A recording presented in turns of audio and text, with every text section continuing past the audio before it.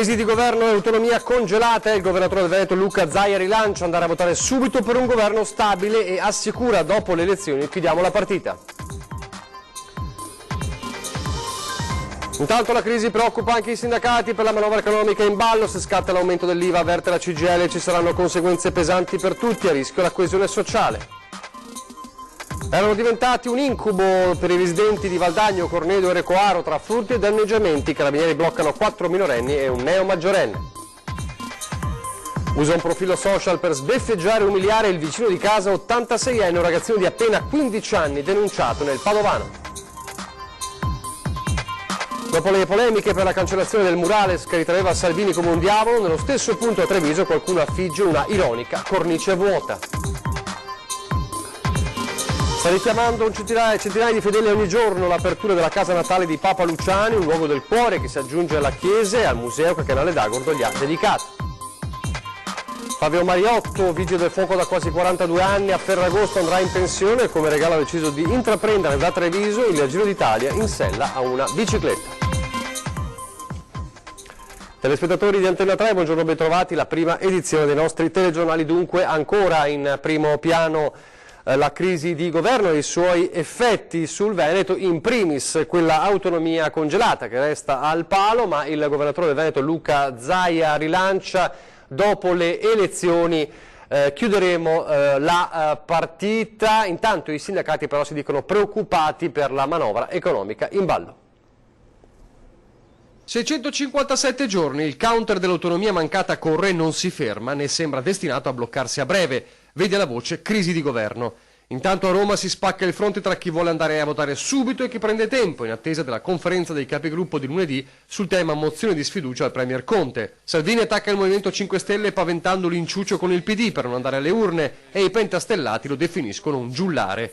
Il divorzio è completato, ma sul futuro, dal Veneto, il governatore Luca Zaia non ha dubbi. Si chiuda questa esperienza, la si chiuda subito e si vada subito a votare. Questa è l'unica cosa che serve ai cittadini, avere un governo forte, eletto, che esca dalle urne e che presenti un programma che sia utile a uscire dalla crisi, ma anche a fare le molte cose che vogliamo fare. Perché spiega, dopo le elezioni, con il nuovo governo, la Lega punterà subito a chiudere la partita dell'autonomia. 3 mesi in più dopo tanti giorni buttati via per colpa dei 5 Stelle non sono nulla, spiega. State tranquilli, non si riparte dalla prima elementare, ma dal master.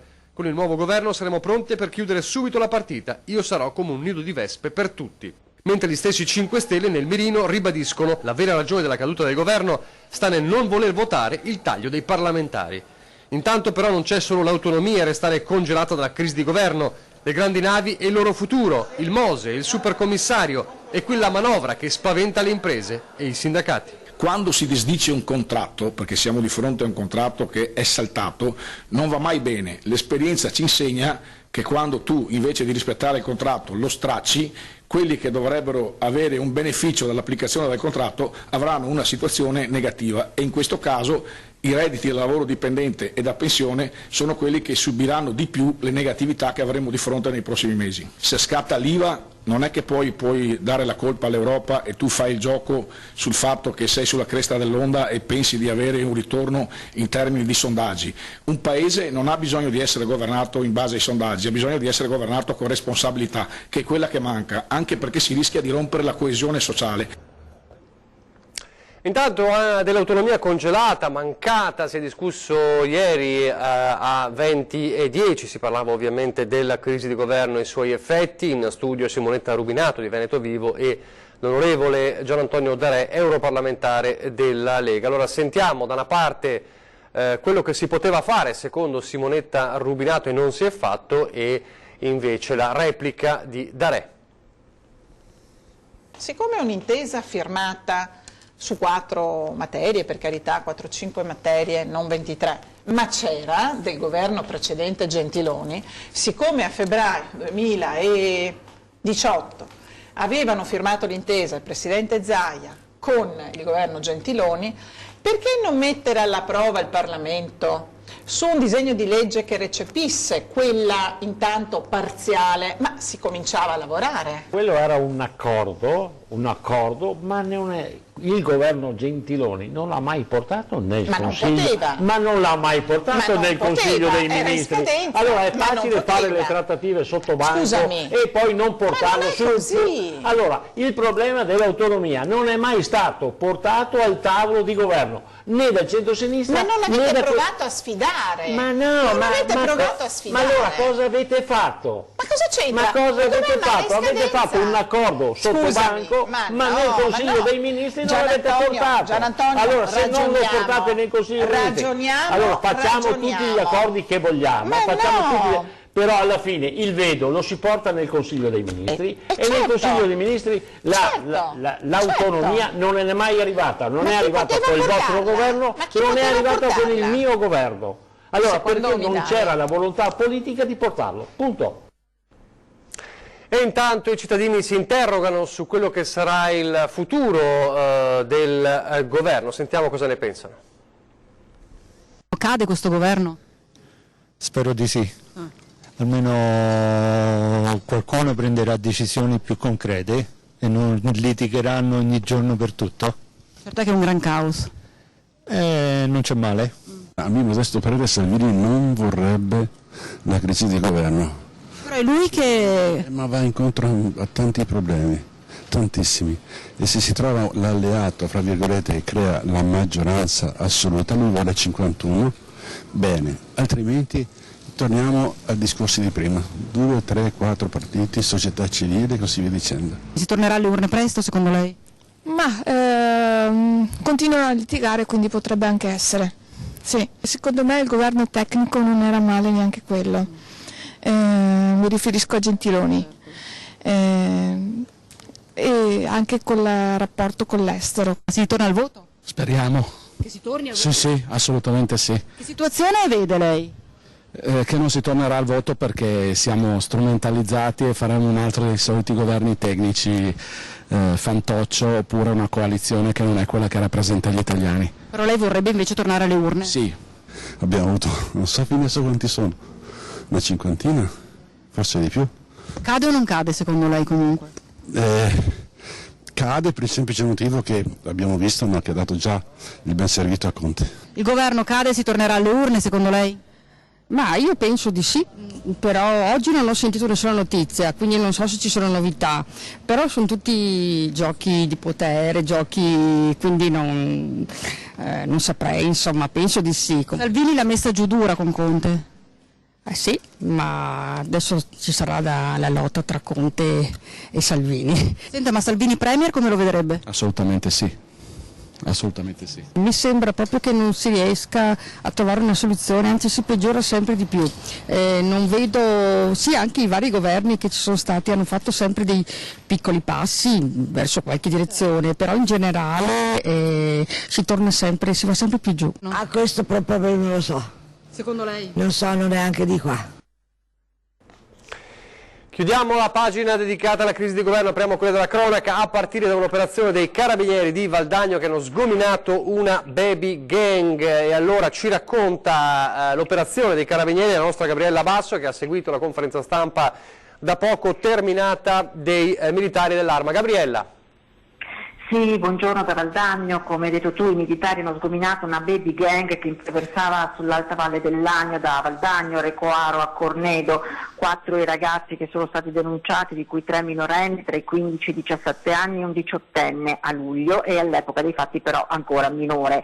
La banda Sweet Gang, questo è il suo nome perché è il nome che viene dato dai giovani alla marijuana, era dedita a furti, danneggiamenti di beni pubblici, panchine dei parchi, finestrini dei bus, ma anche privati come auto e motorini e pezzi di questi che venivano rubati o rivenduti in nero a coetanei. Una banda che fino a ieri aveva seminato il terrore tra i ragazzi del luogo e gli stessi residenti. Da Valdagno per il momento è tutto, maggiori particolari nell'edizione di questa sera dei giornali. La linea allo studio. Grazie a Gabriella Basso. E a 15 anni il ragazzino invece denunciato nel Padovano per aver perseguitato il suo vicino di casa 86enne. Stalker a 15 anni con una cattiveria senza limite ha creato un falso profilo social per sbeffeggiare e insultare il vicino 86enne. Il ragazzino ha pubblicamente umiliato con fotografie rubate un anziano inconsapevole, la cui unica colpa era quella di vivere accanto al piccolo bullo. Il fatto è accaduto a Piacenza d'Adige, nella Bassa Padovana. Il 15enne e l'anziano vivono nello stesso condominio, ma l'anziano era diventato la vittima prediletta del minorenne, che non esitava ad insultarlo quando lo incontrava e a scattargli delle foto che poi pubblicava sui social network corredate di insulti. Le vessazioni sono durate oltre un anno, fino a quando l'86enne esasperato si è rivolto ai carabinieri. In un caso l'uomo è stato anche colpito con dei sassi. I militari hanno ascoltato in caserma il 15enne, il perché di tanta cattiveria però non lo ha voluto spiegare. È stato così denunciato per atti persecutori e sono stati informati i servizi sociali. In centro a Treviso una rissa tra immigrati, un ventenne ferito con cocci di bottiglia. Un regolamento di conti tra immigrati, uno scontro è iniziato tra Porta Altigna e via Roma. Dalle parole ai fatti il passo è stato brevissimo. Prima i due hanno litigato, poi uno ha rotto una bottiglia e si è scagliato contro l'altro, ferendolo alla testa, ad un braccio e alla mano. Nonostante i profondi tagli, il ventenne ha iniziato ad inseguire il suo aggressore lasciando a terra una scia di sangue. Una scena a cui hanno assistito attoniti turisti, passanti e negozianti. Dopo diversi minuti alcuni cittadini sono riusciti a convincere il giovane ferito a fermarsi. Lo hanno fatto sedere su una sedia di un bar ed hanno chiamato il SUAM 118. Il ventenne è stato portato in ospedale. Sul posto le volanti della questura. È caccia all'aggressore, che è riuscito a fuggire ma sarebbe stato ripreso da alcune telecamere di videosorveglianza. Intanto torna la violenza nella zona di Via Altinia, una delle aree a forte rischio degrado, con la presenza di spacciatori e baby gang. La paura adesso nel Padovano per dipendenti minacciati da due banditi armati di pistola. Hanno fatto irruzione con i caschi calati sul volto e armati di pistola. Momenti di terrore nella tarda serata di venerdì in un supermercato di via Pullè nel quartiere Montà a Padova. I rapinatori hanno puntato l'arma, forse una riproduzione del giocattolo senza il tappo rosso, e hanno obbligato le cassiere a consegnare il denaro presente nel fondo cassa. Una volta prelevato il bottino sono scappati in sella ad una motocicletta di grossa cilindrata, facendo perdere le proprie tracce e lasciando i clienti presenti in preda al panico. Sul posto sono arrivati i carabinieri, che ora stanno visionando le telecamere del supermercato e quelle pubbliche di videosorveglianza per vedere se hanno ripreso la fuga. Fortunatamente, oltre al grande spavento, nessuno è rimasto ferito. Sempre nel Padovano, ma questa volta per parlare di un altro caso di West Nile. Questa volta è accaduto a Tre Baseleghe, stiamo parlando della West Nile, la cosiddetta febbre del Nilo. Dopo Maserà doveva farne le spese, è stato un pensionato, tuttora ricoverato nel reparto malattie infettive di Padova. In questo caso invece il contagiato è un 44enne che vive nell'Alta Padovana. Non è chiaro se abbia contratto l'infezione a casa o altrove, visto che è appena rientrato da un viaggio. La notizia però è stata comunicata al comune dall'unità di igiene e sanità pubblica del Dipartimento di Prevenzione dell'USL 6 Euganea, con una nota che specifica che sono già state seguite tutte le procedure previste dal Ministero, dalla Regione Veneto e dall'USL. Sempre secondo l'USL 6, il piano di disinfestazione del comune di Tre Baseleghe risulta in regola e non sarebbe stata riscontrata la presenza di larve. Adesso parliamo di drammi in montagna a partire da quello avvenuto stamane alle 6:15 nella zona di Alleghe, dove un rocciatore trentenne di Piombino Dese nel Padovano è volato per una trentina di metri durante una cordata, è stato soccorso dal soccorso alpino ed è stato poi portato con l'elisoccorso a Treviso in gravi condizioni, e poi invece due malori fatali ieri in montagna. Ci racconta queste due tragedie Tiziana Bolognani. Tiziana. Sì, buongiorno. Due tragedie ieri nel Bellunese, nei boschi di Villa Piccola d'Auronzo. È morto per arresto cardiaco un 49enne di San Dona di Piave. La vittima si chiamava Luca Raggiotto ed era un ex calciatore. L'uomo era salito in montagna per andare a funghi assieme a un amico quando è stato colto dal malore che gli è stato fatale. La vittima è stata recuperata dall'elicottero del SUAM.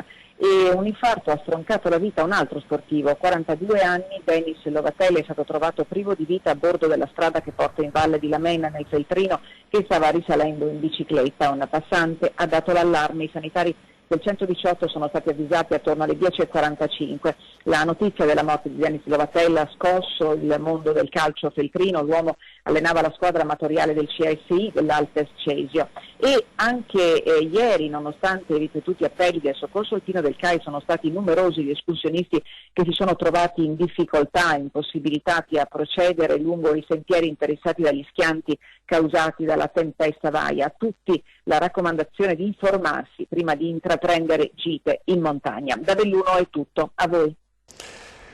Grazie Tiziana Bolognani. È stato invece salvato un 30enne brasiliano che voleva attraversare il Piave nei pressi della diga di Nervesa della Battaglia, ma è rimasto bloccato su alcune rocce a causa della forte corrente che imperversa in quella zona. Impossibilitato a muoversi, ha chiamato la moglie a riva che ha fatto scattare l'allarme. Sul posto sono arrivati i vigili del fuoco di Montebelluno. L'uomo è stato soccorso dal nucleo elicottero di Venezia, prima è stato fatto scendere un soccorritore, poi, come vedete nelle immagini dei vigili del fuoco, è stato imbragato, recuperato e poi portato a riva.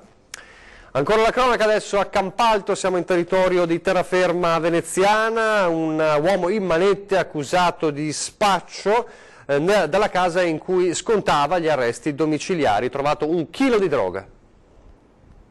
Obbligato a rimanere a casa dopo una condanna agli arresti domiciliari per reati contro il patrimonio, aveva messo in piedi una florida attività di spaccio per asporto direttamente dal proprio appartamento, dal quale dopo una visita a sorpresa delle forze dell'ordine è spuntato quasi 1 chilo di droga. I carabinieri hanno arrestato con l'accusa di detenzione ai fini di spaccio un 39enne residente a Campalto. Durante la perquisizione domiciliare condotta in collaborazione con l'unità cinofila della polizia locale della città metropolitana di Venezia sono stati trovati 400 grammi di marijuana e 500 di hashish, rinvenuti assieme al materiale necessario al confezionamento delle dosi e soprattutto a 4.000 euro in contanti che, secondo i carabinieri, per un disoccupato non trovano alcuna giustificazione se non quella di una redditizia attività di spaccio. La perquisizione domiciliare era avvenuta a seguito del sospetto via vai di giovani attorno alla casa dell'arrestato notato dai carabinieri. Alcuni di questi giovani erano anche stati riconosciuti come assuntori di sostanze stupefacenti. A Treviso adesso ricorderete le polemiche sulla murales che raffigurava Matteo Salvini come un diavolo, fu tolto a tempo di record il giorno dopo. Ebbene, è apparso in queste ore nello stesso punto una ironica risposta di un anonimo che ha affisso, ecco questo era il Salvini diavolo, ha affisso una cornice vuota, eccola qui, una cornice vuota con tanto di cartello per indicare il titolo, eccolo qua, solo che il titolo ovviamente è cancellato così come l'autore. Una ironica risposta, un'immagine che ha fatto il giro del web come l'aveva fatto il murales del Salvini diavolo che baciava il crocifisso. Adesso pochi istanti di pubblicità.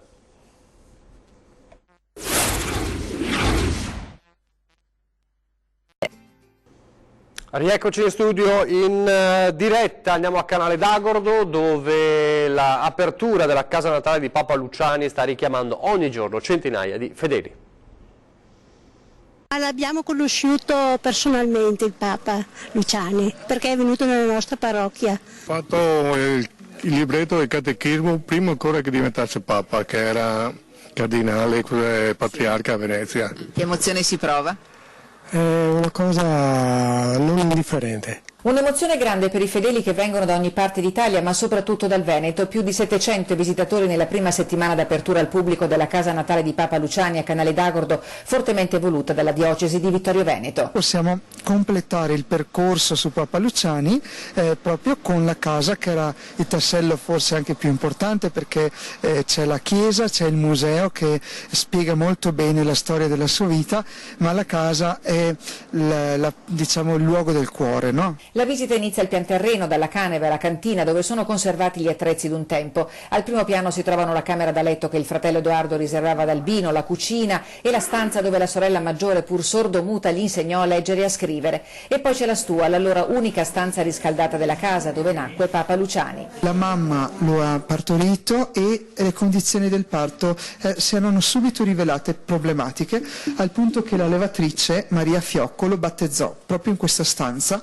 Nella Nella stua si trovano anche ricordi preziosi legati alle visite ufficiali riservate di Papa Wojtyła. Tra i visitatori oggi anche Cleto Pavanetto, salesiano di 88 anni, di cui 38 passati in servizio in Vaticano, che tradusse dal francese al latino l'annuncio della morte di Papa Luciani, letto dal segretario di Stato Vaticano e i cardinali. E fui il primo a entrare in segreteria di Stato quel mattino, aprire i 3 telefoni. La prima telefonata la dovetti fare in Nuova Zelanda, Wellington, per annunciare che purtroppo era vera la morte di Papa Luciani. Papa Francesco ha dichiarato Papa Luciani venerabile, ma a Canale d'Agordo l'attesa è per l'annuncio più grande. La speranza è proprio che in tempi brevi si riesca a regalare alla Chiesa in maniera ufficiale questa bella figura di un Papa che è stato sempre sottovalutato, poco approfondito, molto amato dalla gente.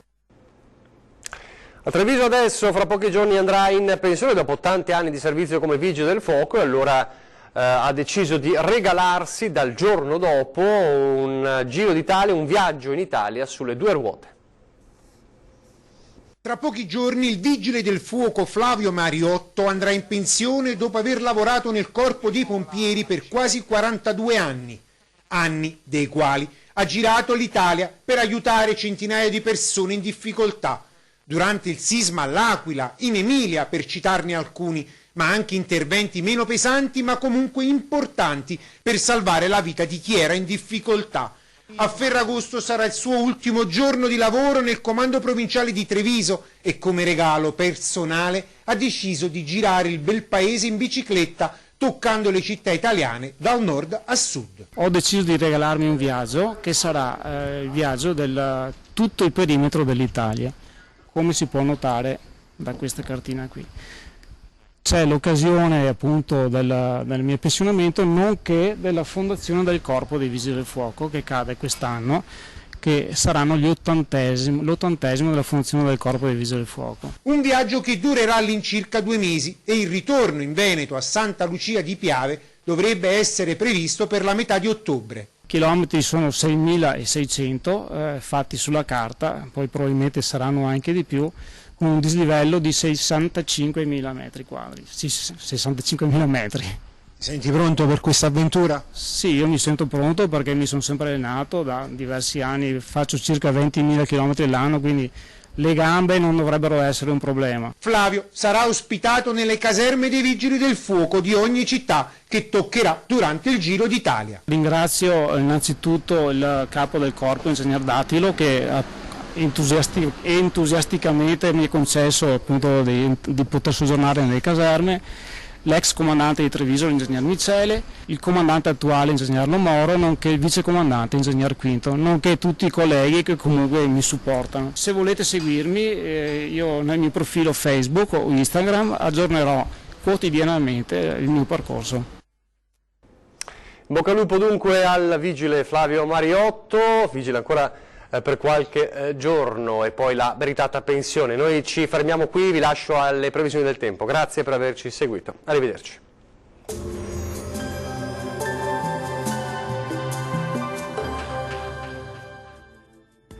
Benvenuti al Meteo.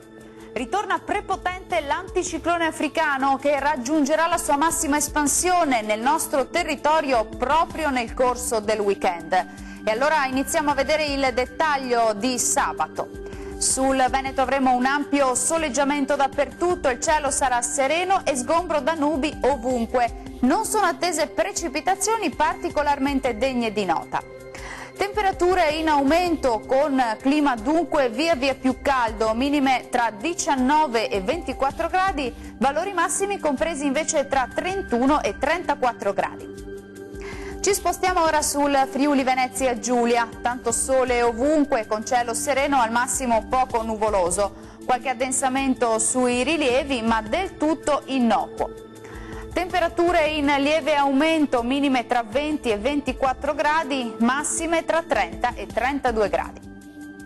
Ci spostiamo infine sul Trentino Alto Adige, dove sarà soleggiato ovunque, tuttavia non si escludono dei rovesci a partire dal pomeriggio sulle Alpi di confine. Temperature minime tra 21 e 22 gradi, massime più calde sui 35 gradi circa. Bene, dal meteo di Antenna 3 per ora è tutto. Arrivederci.